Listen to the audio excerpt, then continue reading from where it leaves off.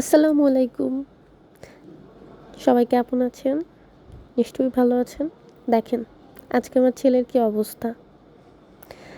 যত কাজই করি না কেন, শেষ পর্যন্ত ছেলের এই সব কাজগুলো গুছিয়ে নিতে হবে। সে আজকে তার সব খেলনা বের করে ফেলেছে, আর এইটা নিয়েই সে আনন্দ পাচ্ছে, মজা পাচ্ছে। এই খেলনাগুলো সম্পর্কে সে তেমন একটা জানতো না, এই কারণেই সে এগুলো সব বের করে খুবই আনন্দ পেয়েছে। কি আর করার, ছেলের আনন্দ দিয়ে মাকেই আনন্দ পেতে হবে। তাই চুপ করেছিলাম, আর ওর আনন্দটা আমি নিজে উপভোগ করছিলাম।